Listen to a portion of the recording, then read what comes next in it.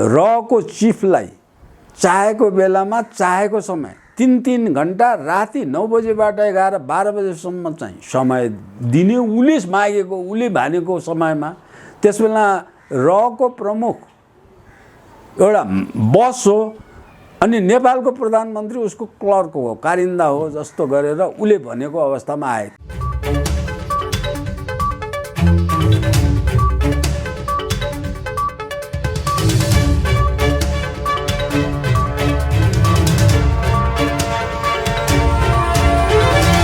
नमस्कार आदरणीय दर्शकवृन्द, AP news यात्राको यो अर्को एउटा विशेष संवादमा यहाँहरूलाई धेरै स्वागत छ। म रोहित भण्डारी। दर्शकवृन्द, आजको संवादमा हामीसँग यस्ता व्यक्तित्व हुनुहुन्छ जसले 135वटा पुस्तक लेखिसक्नु भएको छ र त्यसमा 11वटा पुस्तक त नेपाल भारत सम्बन्धका विषयमा उहाँले लेख्नु भएको छ र ती 11वटा पुस्तक मध्ये पनि नेपालमा रको चलखेलका सन्दर्भमा पुस्तक लेख्ने पहिलो व्यक्ति हुनुहुन्छ प्राध्यापक डाक्टर शास्त्र दत्त पन्त। उहाँसँग हामी आजको यो कार्यक्रममा विशेष गरी नेपाल भारतका सम्बन्धका विषयमा केन्द्रित रहेर कुराकानी गर्दैछौँ। पछिल्लो पटक परराष्ट्र मन्त्री प्रदीप गेवाली भारत भ्रमणमा जानुभएको थियो, तर त्यो भ्रमणका क्रममा भारतीय प्रधानमन्त्रीसँग अनेक प्रयास गर्दा पनि उहाँको भेट हुन नसकेको कुरा यति बेला राजनैतिक वृत्तमा चर्चाको विषय बनेको छ। नेपालका प्रधानमन्त्रीसँग रका प्रमुखदेखि लिएर एकजना सामान्य सचिव र सामान्य भारतीय कर्मचारीसम्मले सहज रूपमा भेट्न सक्ने, भेट्न पाउने, तर नेपालका परराष्ट्र मन्त्रीले अनेक प्रयत्न गर्दा पनि भेट्न नसक्ने र नपाउने भन्ने यो विषय के हो? अहिले यति बेला नेपाल सरकारका प्रति भारतले गरिरहेको यो अवमूल्यन हो या के हो? हामी उहाँसँग यो सोध्छौँ र सँगसँगै अहिले संसद विघटन भइसकेपछि केहीले भने कि यो भारतको सल्लाह डिजाइनमा भएको हो।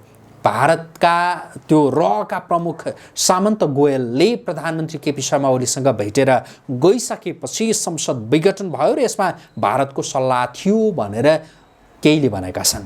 तर यदि त्यस्तै थियो भने अहिले नेपालका परराष्ट्र मन्त्रीलाई किन भेट्न मानेनन् होला त भारतीय प्रधानमन्त्रीले? भारतीय प्रधानमन्त्रीले मात्रै होइन, भाजपाका माथिल्लो तहका कुनै पनि नेताले भेट्न मानेनन्, चाहेनन् परराष्ट्र मन्त्री प्रदीप गेवालीसँग। यसको राजनीतिक र कूटनीतिक अर्थ के हुन सक्छ? हामी हाम्रा आजका अतिथि प्राध्यापक डाक्टर शास्त्र दत्त पन्तसँग थप कुराकानी गर्दैछौँ। स्वागत छ यहाँलाई। धन्यवाद। आराम हुनुहुन्छ? ठिक छ। मैले अघि कार्यक्रमको सुरुमा पनि भने यहाँले 135वटा पुस्तक लेख्नु भएको छ, त्यसमा नेपाल भारत सम्बन्धका विषयमा 11वटा पुस्तक छन् र नेपालमा रहेको चलखेलका विषयमा पुस्तक लेख्ने या नै पहिलो व्यक्ति भनेर पनि भनिन्छ। यस आधारमा तपाईँले अब भारत र नेपालका सन्दर्भमा त नजान्ने कुरै भएन। मेरो यहाँसँग पहिलो जिज्ञासा चाहिँ पछिल्लो पटक परराष्ट्र मन्त्री प्रदीप गेवालीलाई भारतीय प्रधानमन्त्री नरेन्द्र मोदीले भेट्नका लागि समय नै दिएनन् भनेर भनिएको छ। यसको राजनीतिक र कूटनीतिक अर्थ के हुन सक्छ? त्यहाँबाट कुराकानी सुरु गरे। यसको पछाडि धेरै कारणहरू छन्। नेपालको इतिहास जोडिएको छ, इन्डियाको स्वतन्त्रता इतिहासदेखि आजसम्मका कुराहरू जोडिएका छन्। अब यसको छोटो एक वाक्यमा भन्ने हो भने नेपाललाई इन्डियाले स्वतन्त्र सार्वभौम देश हो र समानताको आधारमा हामी बाँचा छौँ भन्ने मान्यता नै दिएको छैन इन्डियाले चाहिँ। यो मात्रै घटना होइन, योभन्दा पूर्व धेरै घटनाहरू चाहिँ यस्ता कुरासँग गाँसिएको छ। अब यो कुरालाई चाहिँ नेपालको स्वतन्त्र सार्वभौम मुलुक हो र नेपाल स्वतन्त्र सार्वभौम मुलुक विश्वका मुलुकको समान स्तरमा छ भन्ने यस्तो कूटनैतिक व्यवहार र पहल गर्न सकेका नेपालमा चाहिँ अहिले पछिल्लो राजनीतिमा पृथ्वीनारायण शाहलाई छोड्यो भने पछिल्लो राजनीतिमा राजा महेन्द्र र राजा वीरेन्द्र बाहेक अरूले यो चाहिँ स्ट्यान्डर्ड मेन्टेन गर्न सकेको नेपालको राजनीति इतिवृत्तमा छैन। अब नेपालको महेन्द्रको पालामा यही स्तर कायम गर्न खोजेको हुनाले नेपाल चाहिँ इन्डियाको एउटा विदेशीले 1960तिर युरोप अमेरिकामा म घुम्दाखेरि पनि देखेको छु नेपाल भनेको कसैले नेपाल भन्यो भने निपुल्स इन इटली भनेर सोध्थे है। अब त्यो किसिमको अवस्थाबाट नेपाल एउटा गौरवमय देश हो र स्वतन्त्र सार्वभौम देश हो, यो इन्डियाभन्दा भिन्न छ भन्ने कुराको विश्वलाई ज्ञान दिलाउने पहिलो व्यक्ति राजा महेन्द्र हुन्। उनको कारणले नै संयुक्त राष्ट्रको सदस्य पनि भयो, यो किसिमको कुरा भयो। अब यो तपाईँले सोध्नुभएको प्रश्नलाई मैले अलि यसको भूमिकासहितै अलिकति बताउन चाहन्छु। नेपालमा यहाँ चाहिँ गिरिजाप्रसाद प्रधानमन्त्री हुँदाखेरि भारतीय राजदूतले भान्सामा कोठामा सुत्ने ठाउँमा बिहान बेलुका राति 12 बजे जुनसुकै पनि गएर बस्थे। एउटा दुईजना साथीको जस्तो अथवा चाहिँ एउटा राष्ट्रको कुरा नभएर एउटा लप परेका केटाकेटीमा आवत जावत भए जस्तो किसिमको अवस्थामा चाहिँ भेट्थे। त्यस भेटेका त्यस बेलाका सञ्चार माध्यमलाई हेर्ने हो भनेदेखि कूटनैतिक मर्यादाको विरोधमा सञ्चार माध्यममा जनताले मनज्ञ आवाज उठाएछन्। सञ्चार माध्यम धेरै भरेका पनि छन्, यो साह्रै गलत भयो भन्ने। त्यसमा चाहिँ प्रधानमन्त्रीलाई भेट्दाखेरि चाहिँ परराष्ट्र मन्त्रीलाई नराख्ने, अर्को साक्षीलाई नराख्ने, परराष्ट्र मन्त्रालय मातहत नहुने ती किसिमको कुराहरू चाहिँ गिरिजाका पालामा सबभन्दा बढ्ता भएका छन्। सूर्यबहादुरको थापाको पालामा पनि भएका छन्। अब नेपालका धेरै मन्त्रीहरूले यो साख जोगाउन सकेका छैन। पञ्चायत कालको कुरा गर्यो भने केशरबहादुर बिष्ट र कृतिनिधि बिष्ट, यी दुईटा बिष्टले बाहेक अरूले यो साख जोगाउन सकेको मैले देखेका छैन कसैले पनि। र नेपालका यी नेतालाई नेता गन्दैन। भारतका कोही पनि त्यो प्रधानमन्त्रीले मात्रै होइन, भारतको तल्लो तहको नेताले नेपालको प्रधानमन्त्रीलाई नेताको रूपमा प्रधानमन्त्रीलाई पनि हेर्दैन। त्यो किसिमको हेर्ने प्रवृत्ति छैन उनीहरू। तपाईँले चाहिँ यो जी न्युजको कुरा लिएर आउनुभयो। जी न्युजले आउँदाखेरि चाहिँ एउटा आफ्नो स्टाफ एउटा क्लर्क जस्तो व्यवहार गर्छन्। अब यो व्यवहार गर्नुपर्ने कुराको लामो इतिहासमा चाहिँ यसको उल्टो व्यवहारमा उल्टो भएछ। नेपाल प्राच्य सभ्यताको, वैदिक सभ्यताको, संस्कार संस्कृतिको जोगाएर राखेको पृथ्वीमै पहिलो मुलुक हो। पृथ्वीमा नै हिन्दू अधिराज्य भनेर कायम गरेर राखेको कुनै विश्वको कुनै देशमा भारत चाहिँ 1318 वर्षसम्म मुसलमान र इसाईको गुलाम भएर बसेको मुलुक। त्यस्तो अवस्थाबाट 1318 वर्षसम्म गुलाम भएर बसेको मुलुक अब चाहिँ 1947मा स्वतन्त्र भएपछि त्यो मुलुकले अहिलेसम्म त्यो मुलुकका जनता जसको आफ्नो मातृभाषा पनि छैन, आफ्नो राष्ट्रिय कामचलाउ सरकारी भाषा पनि छैन, त्यो किसिमको जम्मै कुरा विदेशीको निर्भरमा छ। आज पनि त्यो विदेशीको कुरालाई कार्यान्वयन गरेको छ। खास गरेर बेलायतको उपनिवेश भएको हुनाले पछिल्लो अवस्थामा बेलायती छ। यहाँनिर म एउटा वाक्य पुरा गर्छु। यो अवस्था भएको हुनाले तिनीहरूको मानसिकता चाहिँ औपनिवेशिक बनाउने, उनीहरूका पुस्ता 50 देखि 55 पुस्ता उपनिवेश भएर बसेका इन्डियनहरूको मानसिकता अरूलाई दबाएर राख्नुपर्छ, उपनिवेश बनाएर राख्नुपर्छ भन्ने कुरा चाहिँ मानसिक रूपमै सबैलाई उपनिवेश बनाउनुपर्छ भन्दा नेपाललाई सानो देश देखेर हेपेर नेपाललाई दबाउने प्रवृत्तिगत कुरा हो। यो कुरा चाहिँ अहिले आएको प्रवृत्तिगत कुरा हो, एउटा कुरा।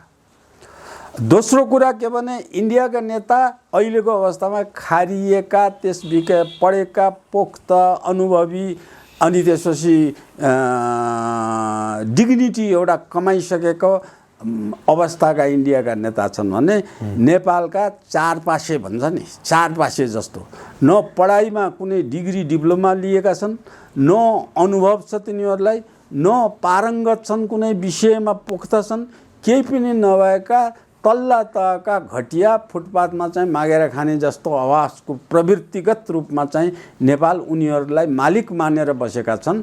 उनीहरू नेपालमा चाहिँ पञ्चायतकालभरि भूमिगत भएर बसेको बेलामा उनीहरूले युद्धरत भएको अवस्थामा पनि इन्डियाको शरणमा पसेर मागेर बनारसमा बसेर त्यो दाल भात इन्डियाले दिएको त्यो के भन्छ नि जोगीले पाउने हन्डी जो खाएर बसेका हुनाले उनीहरूलाई मालिक मान्ने, यिनीहरूलाई दबाएर हन्डी खुवाएको भनेर दबाएर राखेको त्यो अवस्थाको डिग्निटी राख्न नसक्ने, नेपालको खुबी नभएको, बौद्धिक सामाजिक आर्थिक कुनै पनि हिसाबले डिग्निटी राख्नलाई, सामाजिक प्रतिष्ठा राख्नलाई नसक्ने, खुबी नभएको कमजोर मानसिकता मान्छे भयो। यी दुईटा कारणले इन्डियाले नेपाललाई निरन्तर हेपिराखेको छ। अब जस्तो यो यति बेला जो विकसित राजनीतिक घटनाक्रमलाई आधार मानेर यो विश्लेषण गर्दा परराष्ट्र मन्त्री प्रदीप गेवालीलाई मोदीले भेट्नका लागि समय नदिनुको कारण चाहिँ के हुन सक्छ?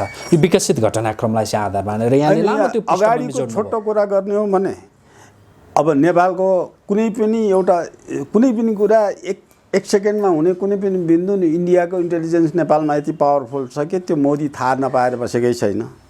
त्यो थाहा पाउने क्रममा चाहिँ यसले लिएर आएपछि त्यो विज्ञको रिपोर्ट पनि बुझ्नु पर्यो, यो वार्ताद्वारा चाहिँ सीमा समस्या समाधान गर्नु पर्यो भन्ने दुईटा मुख्य एजेन्डा लिएर जान्छ। र इन्डिया अहिले त्यो अवस्थामा चाहिँ इन्डियाले त्यो एजेन्डाको कुरा उठाउनलाई इन्डियाले चाहेको छैन, इन्डियाले चाहेको छैन। त्यही कुरा लिएर आएछ, त्यो कुरा चाहिँ अहिले गएर भेटै नदिएपछि त त्यो कुरा चाहिँ भेट भएपछि त कुरा गर्नु पर्यो नि, एउटा वाक्य दुई वाक्य जे भए पनि त्यो कुरा गर्नै चाहेको छैन। कुरा गर्न किन चाहेको छैन भने अब सीमा समस्याका बारेमा नेपालले उठाएका प्रश्नमा इन्डियासँग पर्याप्त प्रमाण छैन।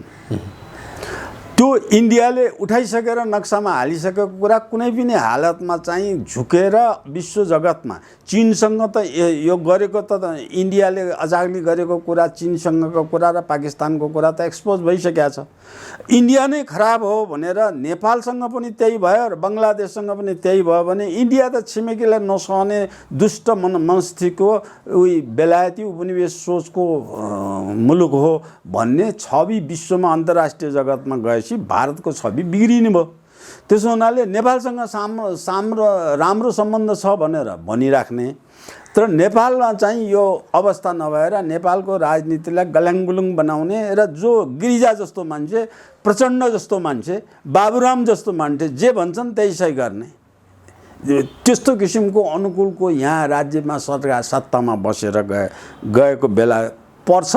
त्यो बेला परेको बेलामा बल्ल त्यस बेला गर्ने भनेर झ्याङझ्याङ झ्याङझ्याङ झ्याङ गरेर राख्नको लागि भेट नदिएको अगाडिको प्रत्यक्ष हेर्दाखेरि त्यो हो कि या जस्तो अहिले राजनीति जुन ढङ्गले अगाडि बढिरहेछ नेपालको, यहाँ संसद विघटन भयो, संसद विघटनमा भारतकै सल्लाह रह्यो भनेर कतिपयले भनिरहेछन्। अहिले यो भेट्दाखेरि त्यो आरोप अझ खेप्नुपर्छ भन्ने त्यो भएका कारणले पनि नभेटेको हुन सक्ला। म त्यसमा त भन्न सक्दैन, बरु त्यसमा चाहिँ नेपालको राजनीति बलियो भएर नजाओस् र इन्डियाको भनेको बलियो हुने बित्तिकै इन्डियाले भनेअनुसार त शासन चल्दैन।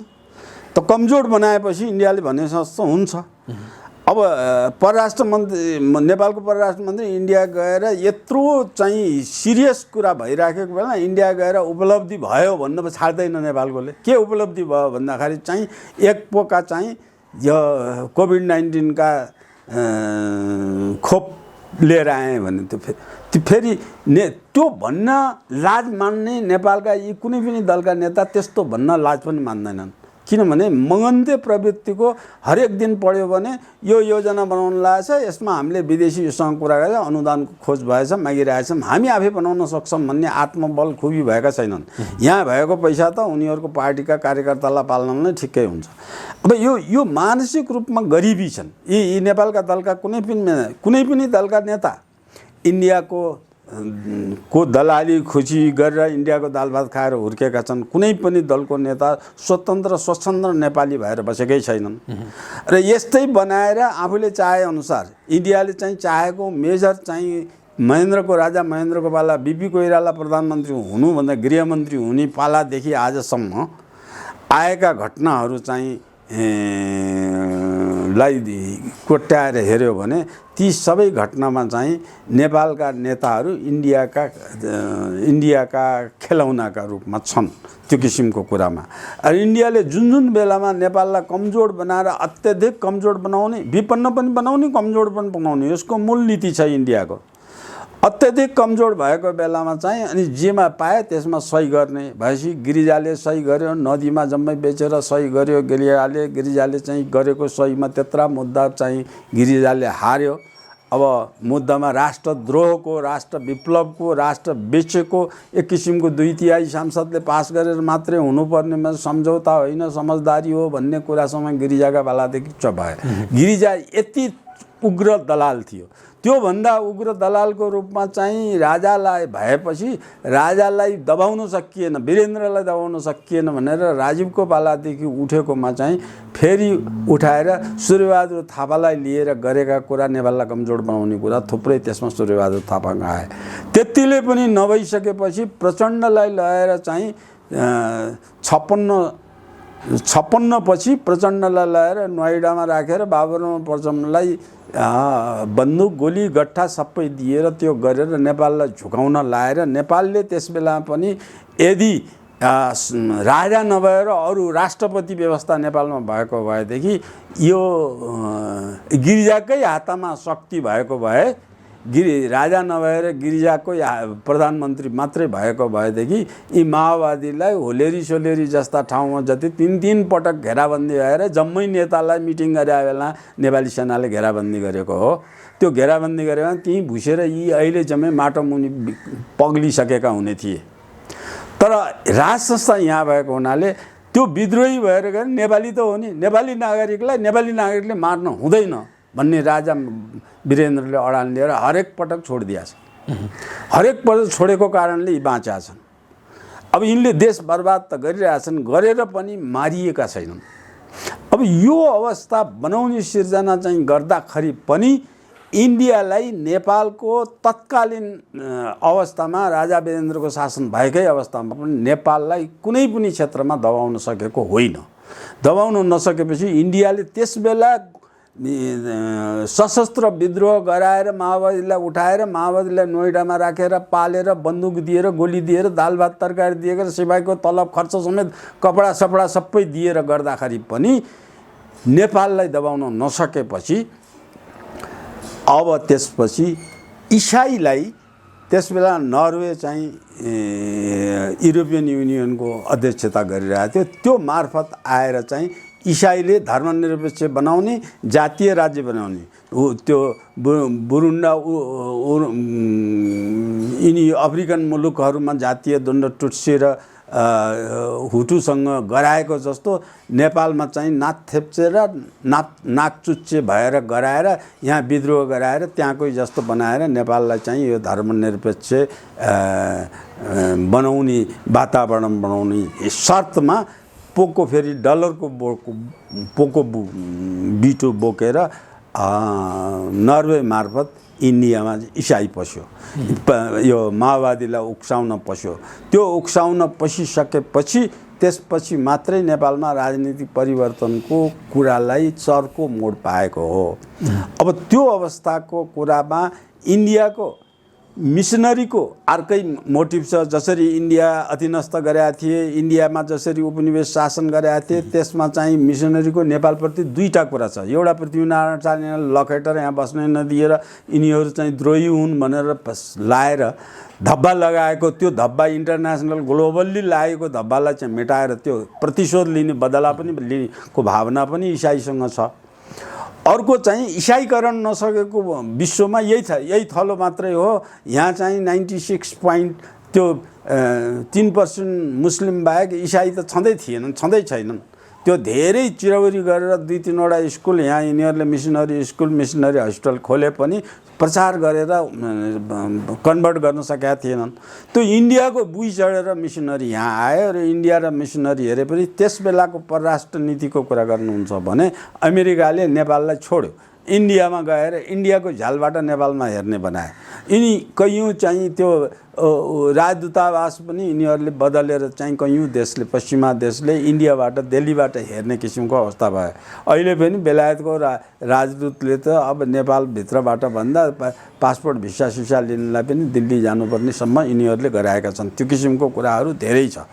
अब यो सबैभन्दा यिनीहरूले हुट्सु र टुटु को जे तरिकाबाट त्यहाँ अफ्रिकन मुलुकमा यिनीहरूले गएर क्रिस्चियनाइजेसन गर्ने एउटा वातावरण बनाए, त्यहाँ आमूल नष्ट गरे। नेपालमा त्यस्तै गर्न सकिन्छ भन्ने कुरामा चाहिँ यिनीहरूले 3-4 वटा काम गरे। त्यसमा चाहिँ एउटा अभियान योलाई बाहुनवाद भनेर चाहिँ जुन निकाले, त्यसमा चुच्चे र बुच्चे भन्ने सूत्र उनीहरूले धारणा गरेर हुट्सु र टुटुको बराबरीमा ल्याएर यहाँ युद्ध गराएर सखाप गराउन खोजेका। तर नेपाल कहिल्यै उपनिवेश नभएको, अङ्ग्रेजको गुलाम पनि नभएको, त्यो संस्कार सिक्दै नसिक्यो। इन्डियाले जसरी सिकेको छ नि त्यो संस्कार नेपालीले सिकेका छैन। नसिकेपछि तिनीहरूले जति प्रयत्न गर्दा पनि यी दुईटाको बिचमा लडाइँ भएन, गाली गलोच भएछ, गलत कुराहरूको अपव्याख्या भएछ। त त्यसो हुनाले नेपालको अनेकतालाई एकता, अनेकतामा एकता नेपालको संस्कार हो। त्यसलाई बिथोलेर एकतालाई अनेकतामा टुक्रा टुक्रा बनाएर बाँच्ने जात 122-23 वटा जात जाति, भाषाभाषी अनि ठाउँ थलो भूगोलको आधारमा यिनीहरूले रणनीति खेलेका हुन्। तराईवादीलाई उक्साउने रणनीतिमा पनि इन्डिया नै हो। अब यहाँ जात जातिकोलाई उक्साएर तराई र पहाडले खेदो गरेर नेपाललाई कमजोर बनाउँछु भन्ने इन्डिया हो। अनि बाहुन र मङ्गोल र आर्यको बिचमा झगडा गराएर मुठ्याउँछु भन्ने क्रिस्चियन मिसनहरू हुन्, पश्चिमा मुलुकहरू हुन्। र त्यसको यी दुईटा चाहिँ रणभूमि बनाएर यसलाई नेपाललाई लिएर आउने अवस्थामा यिनीहरू गइराखेको अवस्था जुन छ, त्यो अवस्थाले गर्दा इन्डियाले नेपाललाई हेर्ने दृष्टिकोण त्यो अङ्ग्रेजले नेपालमा हेर्ने दृष्टिकोण भन्दा पनि इन्डियाको अहिले गएको जुगको अवस्थामा छ। अहिले ओली सरकारलाई यो भारतीय संस्थापन पक्षको भनौँ न, अहिलेको सरकारको भनौँ, साथ सहयोग समर्थन यो भित्रभित्रै छ भनेर कतिपयले भनिरहेछन्। परराष्ट्र मन्त्रीलाई त्यहाँ भेट दिए पनि नदिए पनि यो चाहिँ के होला? यति बेला ओली सरकारलाई मोदी सरकारले हेर्ने दृष्टि चाहिँ कस्तो होला, के लाग्छ यहाँलाई? होइन, मैले यसलाई जसरी बिपीलाई 33 साल अगाडिको बिपी र पछाडिको बिपीमा फरक भए जस्तो मोदीको सुरुको पहिलो प्रधानमन्त्री काल र अहिलेको प्रधानमन्त्री कालको मोदीकोमा मैले फरक पाएको छु। कस्तो खालको फरक छ? अब पहिलो प्रधानमन्त्री कालमा मोदी एउटा मात्रै हिन्दू राष्ट्र विश्वमा थियो। त्यो हिन्दू राष्ट्र नेपाललाई कायम भइराख्यो भने त्यो हिन्दू राष्ट्र नेपालमा कायम भएपछि त्यसकै आधारमा भारतका हिन्दूलाई बलियो बनाएर भारतलाई पनि हिन्दू राष्ट्र बनाउने वातावरणमा जान सकिन्छ भन्ने मोडमा थिए। त्यो बेला जुन बेला नेपालमा आएको बेलामा चाहिँ उनले यो संविधान, अहिलेको विद्यमान संविधान लागू नहुँदै त्यो संविधानलाई ऋषिमनले संविधान बनाउनुपर्छ भनेका थिए। पशुपतिनाथको पूजा गरेर, पशुपतिनाथ यो वैदिक आर्य सभ्यताको तन्त्र मन्त्र यन्त्रको कुराको यो तपोभूमि नेपाल हो। नेपालमा सबै किसिमको वैदिक धर्म संस्कार संस्कृतिको उद्गम स्थल यही हो, सबैको मूल फुटेको थलो यही हो। यहीँबाट नै विश्वमा सबै किसिमको गएको भन्ने वातावरणमा लिएर आएर यो चाहिँ त्यसको पछाडिको कारण चाहिँ वैदिक संस्कारको राज संस्था जीवन्त रहोस्, वैदिक संसारको हिन्दू राष्ट्र रहोस् भन्ने किसिमको कुराको मानसिकतामा थिए त्यस बेला उनी। त्यो मानसिकतामा भएकै आधारमा चाहिँ नेपालको संविधान 15 दिन पछि घोषणा गरौँ त भन्ने पछिल्लो अवस्थामा भन्ने बेलामा पनि यो दुईटा शब्द संविधानमा हटाउन चाहेका थिए। मैले बुझेको अनुसार मेरो विश्लेषणमा हटाउन चाहेका थिए। त्यसकारण 15 दिन पछाडि सारा भनेर धर्मनिरपेक्षलाई हटाएर हिन्दू अधिराज्य अथवा हिन्दू राष्ट्रसम्म बनाएर चाहिँ त्यो संविधान लागू गराउन चाहेका थिए। त त्यस बेलामा चाहिँ त्यो संविधान लागू गराउन नदिनेमा यिनै दल भएर इन्डियाको कुरामा चाहिँ मोदी साह्रै रिसाए। त्यसमा मोदी जस्तो सरल स्वभावको मान्छेले नागाबन्दी गरिदियो। अब त्यो नाकाबन्दीले गर्दाखेरि अब नाकाबन्दीले नेपाल चाहिँ ब्लक भएर आउनु नपर्छ। मुख्य कुरा पेट्रोलियम पदार्थ मात्रै नेपालमा आयो भने अरू कुरा त आत्मनिर्भर गर्न सक्छ नेपालले भन्ने हिसाबमा चीनतिर चाहिँ पहिलो प्रधानमन्त्री कालमा चाहिँ नेपालको ओली चीनतिर गएर 7वटा नाका चीनतिरबाट खोले, एग्रिमेन्ट गरेर चाहिँ लिएर आए। त्यो इन्डियालाई ठुलो जवाब हो। त्यसबेला मोदी चाहिँ मोदी भन्न आयो, त्यसबेला ओली चाहिँ महेन्द्र पथको बाटो हिँडिरहेको थिए, राष्ट्रियतालाई पगालेका थिए। अथवा अर्को शब्दमा प्रधानमन्त्रीकै कुरामा भन्यो भने मरिचमान सिंह श्रेष्ठको लाइनमा उनी चलेका थिए। त्यसबेला मोदी सक्कली राष्ट्रवादीमा के अरे घरिघरि मोदी भन्न आयो, मैले यो केपी ओली सक्कली राष्ट्रवादी मान्छे हुन् भन्ने कुरा नेपाली जनमानसमा गहिरो प्रभाव पर्यो। मलाई पनि त्यो प्रभाव परेको थियो। मोदी यो ओलीले नेपालमा चाहिँ केही गर्छन् भन्ने धारणा, त्यो धारणा आम जनतामा परेको थियो। जनता त नेपाल राष्ट्रभक्त छन्। जनताले चाहिँ हामी खान नपाएर मरे पनि देश मर्न हुँदैन भन्नेमा बुढाबुढी केटाकेटी सबै छन् नि, अहिले पनि छन् नि। त्यो चाहिँ जनभावनाले तिनलाई केपी ओलीलाई चुनावमा बहुमतको सरकार बनाउनु हुने गरेर भोट दिनुमा यति एउटा कारण हो। भारतको नाकाबन्दी पछि नेपालले लिएको अडान, यो अडान केपी ओलीले अहिले लिन सकेनन्। अहिले यो अडान लिन सकेनन् किन भन्दाखेरि चाहिँ नेपालको इन्डियाको एउटा रको चिफलाई चाहेको बेलामा चाहेको समय 3-3 घन्टा राति 9 बजेबाट 11-12 बजेसम्म चाहिँ समय दिने, उसले मागेको उसले भनेको समयमा। त्यसबेला रको प्रमुख एउटा बस हो अनि नेपालको प्रधानमन्त्री उसको क्लर्क हो, कारिन्दा हो जस्तो गरेर उसले भनेको अवस्थामा आए। के भन्यो भन्ने कुरामा पनि कसरी व्यवहार भयो भन्ने कुरामा म चिन्तित छु। जे भन्नलाई जेसुकै भनोस्, जेसुकै गरोस्, किनभने केपी ओली आजीवन प्रधानमन्त्री त होइन, अर्को प्रधानमन्त्री आउँदाखेरि बदलिएला त्यो कुरा। तर नेपालको डिग्निटी त गयो नि त त्यहाँ किसिमको कुरामा। त्यति मात्रै होइन, इन्डियाको त्यो आर्मी चिफ आयो, आर्मी चिफलाई नेपालमा आएर तकमा यही बेला दिनुपर्ने अवस्था किन, त्यो सम्मान यही बेलामा किन दिनुपर्ने?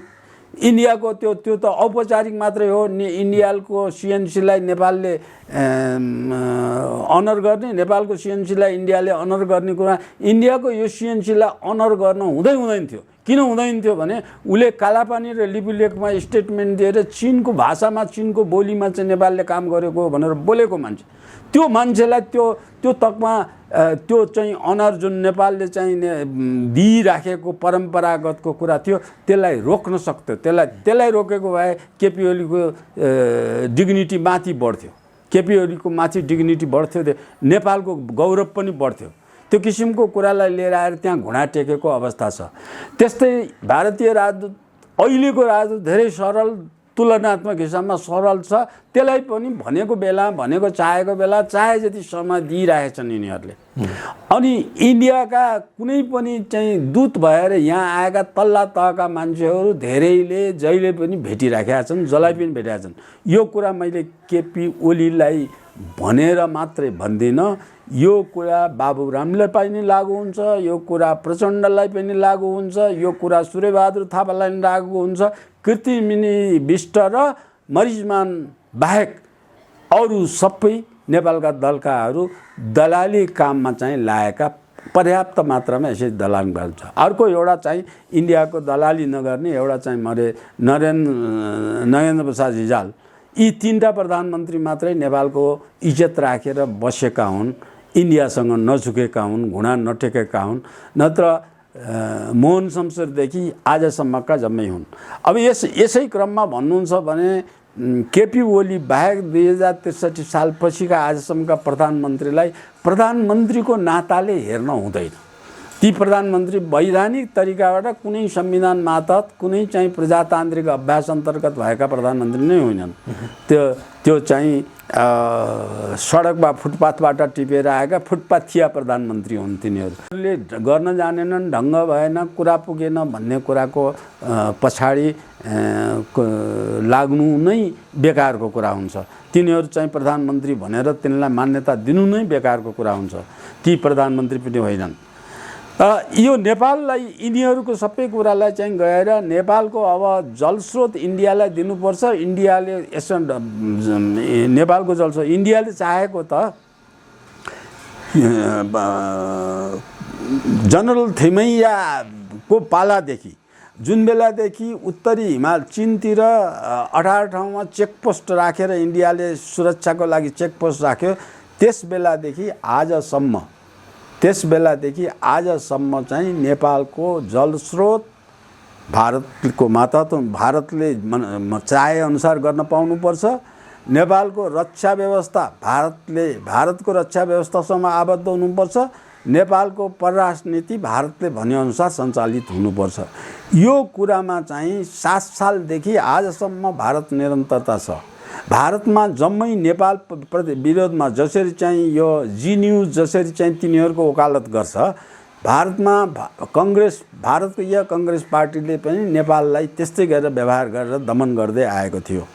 त्यो दमन गर्दै आउने बेलामा चाहिँ यो 12 बुँदे बनाउनेमा पनि कङ्ग्रेस आई नि भारतको कङ्ग्रेसले नै बनाएको हो। त्यहाँ मनमोहन सिंह त्यस बेलाको प्रधानमन्त्रीले यसको सबै किसिमको खुबी गरेको, मरेर गए भूतपूर्व राष्ट्रपति भारतका राष्ट्रपतिले अल जजिरामा बोलेको कुरा, भारतको चाहिँ यो रहको प्रमुख आएर पहिलो रहको प्रमुख आएर नेपालमा चाहिँ बोलेको कुरा हामीले गराएको हौँ। यो सबै नेपालको परिवर्तन हामीले बनाएको, किनभने राजाले हामीले भने जस्तो मानेनौँ। तर त्यसकारण विश्व जगतमा हाम्रो इज्जत नजाओस् भनेर नेपालीलाई प्रयोग गरेको हौँ। त्यसमा भारतीयले डाइरेक्ट काम गरेका छैनन्। पैसा लगानी र यो नेपाली भारतले गरेको हो, तर नेपाली मान्छेलाई प्रयोग गरेका हौँ भनेर अल जजिरामा राष्ट्रपति त्यस बेलाको के थियो परराष्ट्र मन्त्री के थियो मुखर्जी। अब त्यो बोलेर उनीहरू साबिती छन् त्यस किसिमको कुरामा चाहिँ। त्यो कुराको आधारमा यी सबै अहिले यी मैले लिएका 3-4जना प्रधानमन्त्री मन्त्री बाहेक नेपालका सम्पूर्ण यी अहिले दलका नेताहरू त्यो इन्डियाका दास मनोदशा भएका इन्डियाका नोकरै को व्यवहार गर्छन्। अब त्यो व्यवहार गरेका त्यस्तो व्यवहार यिनीहरूको न यिनीहरूको सिप छ, न ज्ञान छ, न अनुभव छ, न डिग्निटी छ, न एजुकेसन छ त्यो किसिमको गहिरिएर गएको, न अनुसन्धान छ त्यो गरेका मान्छे छन्, न खुबी भएका 8 क्लास फेल भएको र परराष्ट्र मन्त्री सजाउँछ। कहिले चाहिँ हिजो चाहिँ त्यो फाटेका चप्पल लाएर गाउँमा डुलेर चाहिँ गरेको। अब विद्रोह गरेको भनेको मैले सुनेको त के हो भन्दाखेरि व्रतबन्धन नगरिकन यो गर्नु पर्दैन भने नगरिकन हिँडेको कारणले नेता भएको। 8 क्लास पनि नपढेर 8 क्लासमा फेल भएर नेता भएको।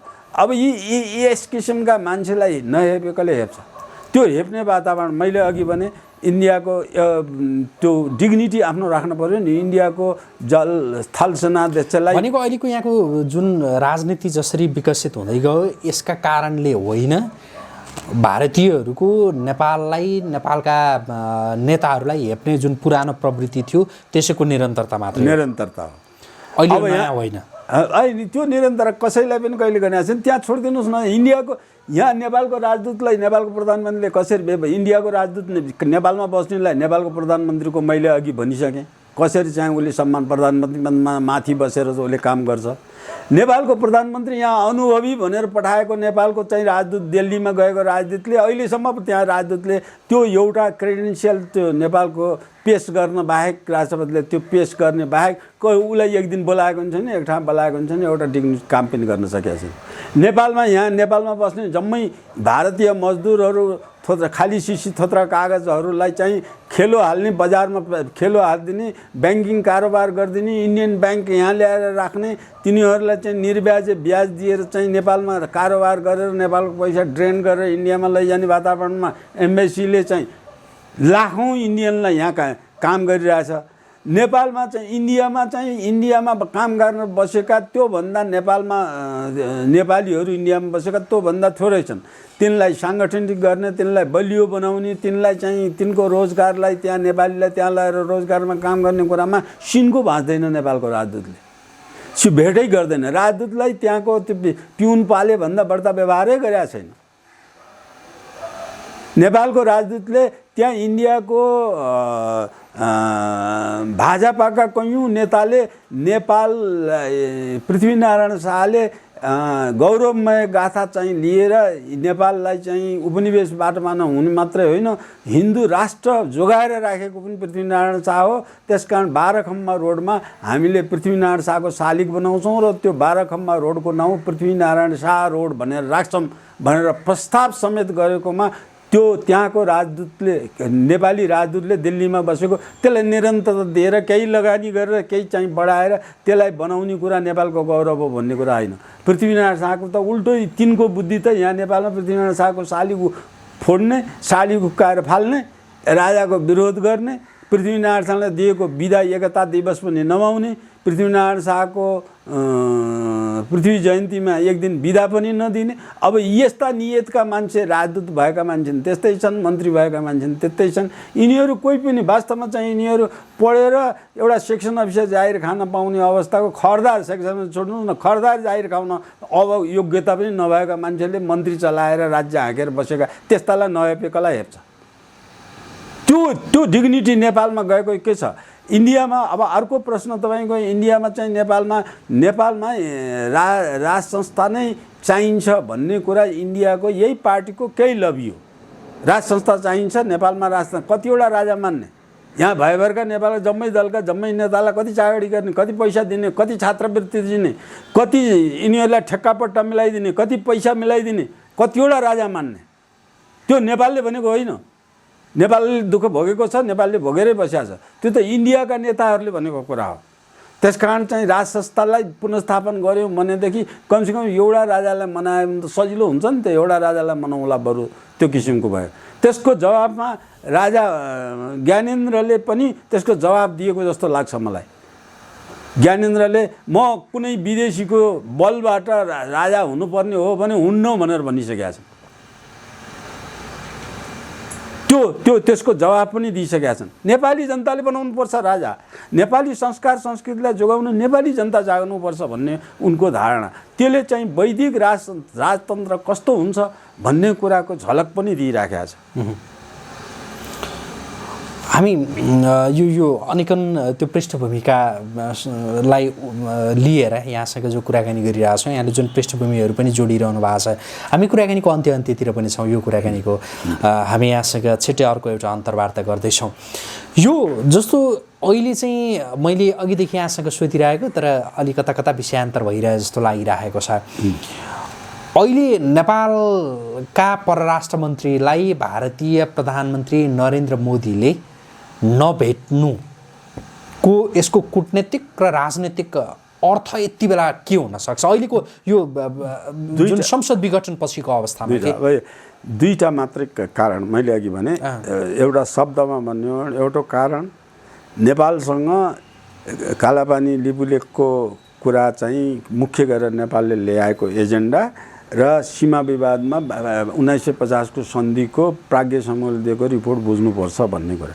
दुईटै कुरा इन्डियालाई नेपालले छोड्नु पर्यो पनि इन्डियाले छोड्नु पर्यो। त्यो दुईटै कुरा मान्नु पर्यो भने पनि डिग्निटी सायद इन्डियाको हात माथि भएर इन्डियाले दया गरेर आशीर्वाद दिएर माग्नेलाई चाहिँ झोलीमा हालिदिए जस्तो हालेर प्रतिवेदन बुझ्नुपर्छ भेटिहाल्यो भनेदेखि भन्ने त्यो डर कालापानी लिपुलेखको डर त भन्दैन मैले, त्यो डोमिनेसन भन्छु त्यसलाई।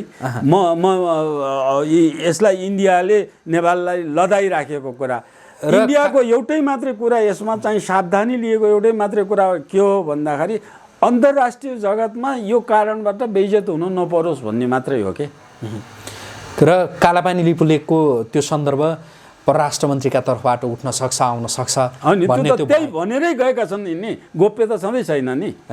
हैन त्यो आउन सक्छ त्यो जो इन्डियाले चाहन्छ केही गरी नेपालका परराष्ट्र मन्त्रीले त्यो कालापानी लिपुलेकको विषय पनि उठाउँछौँ भनेर नभनेको भए सम्भवतः भेट्न सक्थ्यो होला नि सम्भव मोदीले नभए नि औपचारिकता त दिन्छ नि एउटा देशको परराष्ट्र मन्त्री गएपछि राष्ट्रपतिलाई प्रधानमन्त्रीलाई अब त्योहरूले परराष्ट्र आफ्नो समकक्षीलाई भेट्ने त संसारभरिको चलन छ नि त त्यही इन्डियाले नेपाल बाहेक अर्को कुनै देशको गयो भने त्यही बङ्गलादेशको जाँदा पनि भेटेका छ नि त कुनै पनि देशकोलाई चाहिँ भेटेका छ नि इन्डियाले अब यो अहिले यसरी नभेटिसकेपछि जस्तो संसद विघटन लगायतमा भारतको त्यो सल्लाह सुझाव हो भनेर जसले भनिरहेछन् नि त्यो गलत हो भनेर भनियो भने के हुन्छ मैले संसद विघटन गर्ने कुरामा भारतको मैले गोलमटोलमा बुझ्छु यसलाई गोलमटोलमा भनेको नेपालको राजनीतिलाई गल्याङ बनाइराख्ने तलमाथि बनाइराख्ने घुमाइराख्ने विकार विकृति जन्माइराख्ने एउटालाई उठाउने एउटालाई पछार्ने लसार पछार गर्ने किसिमको कुरा भयो भारतलाई अहिले तत्कालै खाँचो परेर यो गर्नुपर्ने अवस्थामा संसद विघटन गराउनु पर्ने अवस्थामा भारत थिएन किनभने भारतको शासन सत्तामा बस्ने केपी ओली पनि भारतको प्रचण्ड भारतको सिपाही नै हो हैन यो माधव नेपाल भारतमा चाहिँ प्रधानमन्त्री हुने पालो मेरो भनेर दिल्लीमा डेलिगेसन जाने मान्छे हो अब यो बाबुराम चाहिँ लिएर गएर देश चाहिँ यो जुवा खेले त नि एकचोटि देशलाई बाजी राखेर जुवा खेलेँ भनेर विपासन्दीमा जुवा खेलेँ भन्ने किसिमको हो अब त्यो गुरु मानेर एसडी मुनिको निर्देशनमा काम गर्ने मान्छे हो अब यो जम्मै वातावरणबाट हेर्ने बेला यो पार्टीभित्रका फुटेका जुटेका लुटेका गुटेका गोलमलिएका जम्मै कुरा जम्मै भारतकै हुन् त्यो भारतले चाहिँ जुन भए पनि भारतले भनेअनुसार भनेर दायाँ बायाँ खेलाउन नसक्ने अवस्थाका हुनाले यो पार्टी संसद विघटन गराउनु पर्ने भूमिकामा भारत खेल्यो भन्ने कुरामा म विश्वस्त छैन किनभने यसै भारतको मुठीमा छ उसै भारतको यी मध्ये जो आए पनि भारतको मुठीमा छ भारतको भनेको यो संसद रहनु र नरहनुले भारतलाई त्यस्तो अर्थ राख्दैन थियो भारतलाई पनि राख्दैन नेपाललाई पनि राख्दैन संसद रहनु र नरहनु त नेपालमा पनि राख्दैन म चाहिँ यो सतहीको तेस्रो तहको कुरा भन्छु कि यो राजनीतिमा जसरी सञ्चार मिडियाहरू चाहिँ अल्मलिएका छन् नि त्यो त्यहाँ अल्मलिनु छैन दिगो नेपालको लागि नेपाल संरक्षित हुनलाई दिगो रूपको काम के हो भन्ने के हुनुहोस् त नेपालमा चाहिँ प्रचण्डको शासन देखेको होइन र अब प्रचण्ड प्रधानमन्त्री भएर अढाई वर्ष प्रधानमन्त्री भएर प्रचण्ड र केपी ओलीलाई बाहेक अरू कसलाई के असर पर्छ र त्यो यो यसको यो ठेकेदारको पैसा यति लुट्ने यसले खाने ऊ ठेकेदारको पैसा उसले खाने यो सत्तामा बसेर यो आफ्नो मान्छे चाहिँ त्यहाँ निर्वाचन आयोगमा हालेर छोरीलाई चुनाव जिताउने छोरालाई चुनाव जिताउने सालालाई जिताउने सम्धिलाई जिताउने अनि आफ्नो मान्छे आएर त्यो अख्तियार दुरुपयोगमा हालेर यसलाई चाहिँ अख्तियार दुरुपयोगमा आफ्नो मान्छे हालेर यसलाई मुद्दा चलाउने यसलाई मुद्दा नचलाउने यसलाई जोगाउने यसलाई फसाउने अनि गृहमन्त्री आफ्नो मान्छे बनाएर गृहमन्त्रीले आफ्ना मान्छे जेलमा मरेका जानमारालाई छुट दिने त्यो किसिमको वातावरण मिलाउने त्यो बाहेक यिनीहरूको निहित स्वार्थपरक बाहेक राष्ट्रको लागि चिन्ता गर्ने कुन चाहिँ नेता छ अब सबभन्दा बेवकुफ त यहाँनिर बेवकुफी त के भयो भने सञ्चार माध्यमले नेपाली जनतालाई चाहिँ नेपाली आम जनता भोटर मतदातालाई सचेत बनाउन सकेका छैन नेपाल यी नेताबाट त सचेत हुँदैन नेपाली जनतामा बुद्धिजीवीहरूले चाहिँ अलिअलि मात्रै गरेका छन् बुद्धिजीवीले यसलाई सचेत बनाउन सकेका छैनन् म जस्तो मान्छे लाग्नु पर्यो अब देशमा सञ्चार मिडिया सबै लाग्नु पर्यो कि नेपाली जनताले को मान्छे ठिक हो को मान्छे बेठिक हो भनेर जनताले छुट्याउने क्षमता बढाउनु पर्यो उनीहरूको यो दलको पछाडि हुई हाहा र स्यालको हियाँमा लाग्ने बानी चाहिँ छुटाउनु पर्यो अमेरिकाको नागरिक जस्तो कमसेकम हुनु पर्यो हुन त अमेरिकाको पनि बिग्रियो छ यस अवस्थामा ट्रम्पको पालामा आइसके पछिल्लो अवस्थामा बिग्रियो नेपाल जस्तै भएछ तर जनता बिग्रिसकेका छैनन् त्यहाँ जनताले चाहिँ डिग्निटी राखेका छन् हाम्रा जनता पनि बिग्रे ज्यान मारे सबभन्दा धेरै मार्ने को हो नि त्यही बहादुर हो त्यसलाई भोट दिएर जिताउनुपर्छ भन्यो नि प्रचण्डको केसमा प्रचण्डको छोरीको केसमा प्रचण्डको बुहारीको केसमा यी घटना भएका होइनन् प्रचण्डको छोराको केसमा यी घटना भएका होइनन् चितवनको यसले स्थानीय विकासको इलेक्सनमा यो कुरा भएको होइन। बाँदरमुढीमा गएर अहिले चाहिँ म अरबौँ रुपियाँ ल्याएर तिमीहरू सम्पन्न बनाइदिन्छु, एकपल्ट क्षमा याचना गर्छु भनेर एउटा 3 बुँदे कागजमा सही गरेर चुनाव जितेर त्यसलाई भोट दिने हो चितवनका जनताले। झापाका जनताले केपी ओलीलाई भोट दिएको अवस्थामा, पहिलेको यो अवस्थामा दिएको कुरामा चाहिँ कमसेकम त्यो चीनसँग इन्डियाले नाकाबन्दी गरे बेला चीनसँग गरेको एउटा सकारात्मक बिन्दु थियो, दिए ल। तर अहिलेको अवस्थामा पनि दिइराख्नु पर्ने अवस्था भनेको त होइन नि त। त्यसैले कमसेकम अपराधीलाई त भोट दिनु भएन, कमसेकमलाई करप्सन गर्ने मान्छेलाई, भ्रष्टाचारीलाई त भोट दिनु भएन, अनियमित गरेको कुरालाई त भोट दिनु भएन। यो ज्ञान मतदातामा पढे लेखेका डिग्री लिएका मान्छेलाई पनि छैन। नहुनुको पछाडि कारण के हो भने हाम्रो शिक्षा पद्धति त्यस्तै खाले, त्यो दलको पछाडि स्यालको हिँका भरा पछाडि दौडिने खालको शिक्षा पद्धति छ के। शिक्षा पद्धति हाम्रो नेपालीपनको मौलिक शिक्षा पद्धति नभइकन, नेपालको इतिहास नपढिकन, नेपालको भूगोल नपढिकन, नेपालको सामाजिक रीतिथिति परम्परा चाडबाड यो सबै हाम्रो पाठ्यक्रममा आउनु पर्यो। नेपाल महान हो, विश्व अमेरिकाभन्दा नेपाल महान हो, बेलायतभन्दा नेपाल महान हो भन्ने कुराका हजारौँ उदाहरण छन्। हाम्रो वैदिक संस्कार संस्कृति विश्वमा सबभन्दा उच्चतम संस्कार संस्कृति हो भन्ने कुराको ज्ञान खोइ। यहाँ अङ्ग्रेजी चाहिँ यहाँ तल्लो तहदेखि सबैले अङ्ग्रेजी नबोलिकन, अङ्ग्रेजी नजानिकन विदेशमा गएर चाहिँ कुल्ली काम गर्न पाइँदैन। कुल्ली काम गर्ने ध्याउनमा सबै नेपाली छ। त्यो चिजलाई तोडेर ल्याउनु पर्यो। अर्को यो व्यवस्था भएन भने नेपालको लागि चाहिने व्यवस्था, आयातित व्यवस्था त ठिक भएन नि त। यो व्यवस्था र यो संविधानको विकल्प के हो भन्ने कुरा ज्ञान पाउनु पर्यो क्या त्यसले। अब आजका लागि कुराकानी यति गरौँ। अर्को अङ्कमा अब के त अबको विकल्प के भन्ने सन्दर्भमा केन्द्रित रहेर कुराकानी गर्छौँ। जुन समय दिनुभयो यसका लागि यहाँलाई धेरै धन्यवाद। यहाँलाई पनि धन्यवाद। हस्, आदरणीय दर्शकवृन्द, हामी कुराकानी गरिरहेका थियौँ प्राध्यापक डाक्टर शास्त्रदत्त पन्तसँग। उहाँसँगको यो कुराकानीसँगै एपी न्युज यात्राको विशेष संवाद अहिलेका लागि यहीँ सकिन्छ। अबको विकल्प के, संसद पुनर्स्थापना भयो भने चाहिँ ठिक हुन्छ या यसको विकल्पका सन्दर्भमा अब कुराकानी गर्न ढिलाइ भइसकेको छ? हामी यसमा केन्द्रित रहेर प्राध्यापक डाक्टर शास्त्रदत्त पन्तसँग अर्को अङ्कमा विस्तृतमा कुराकानी गर्नेछौँ। आजका लागि बिदा हुन्छौँ। नमस्कार।